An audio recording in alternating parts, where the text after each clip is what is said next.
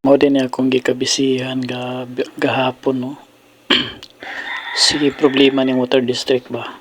So nakaunahon ako nga magbuhat ng gikuha ni og stakan og tubig. DIY ba. Muna akong gibuhat gapon kinahanglan ko og kaning drum nga plastic. So nagasto ko ni 1.5 din kining motor 300 plus na 12 volts nga motor. Dayon kining mga piping mga nag-estimate na ko ni kabit ng mga 3 mil kapin.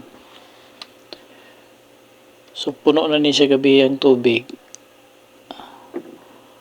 Bali para na ako yung tubig magamit panghugas sa lababo pa.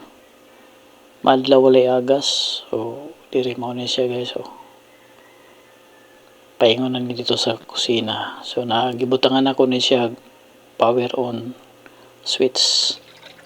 So muna ni karon inig-on ako sa switch.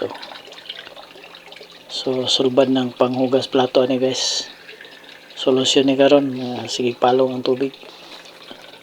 So kana lang kong share ninyo.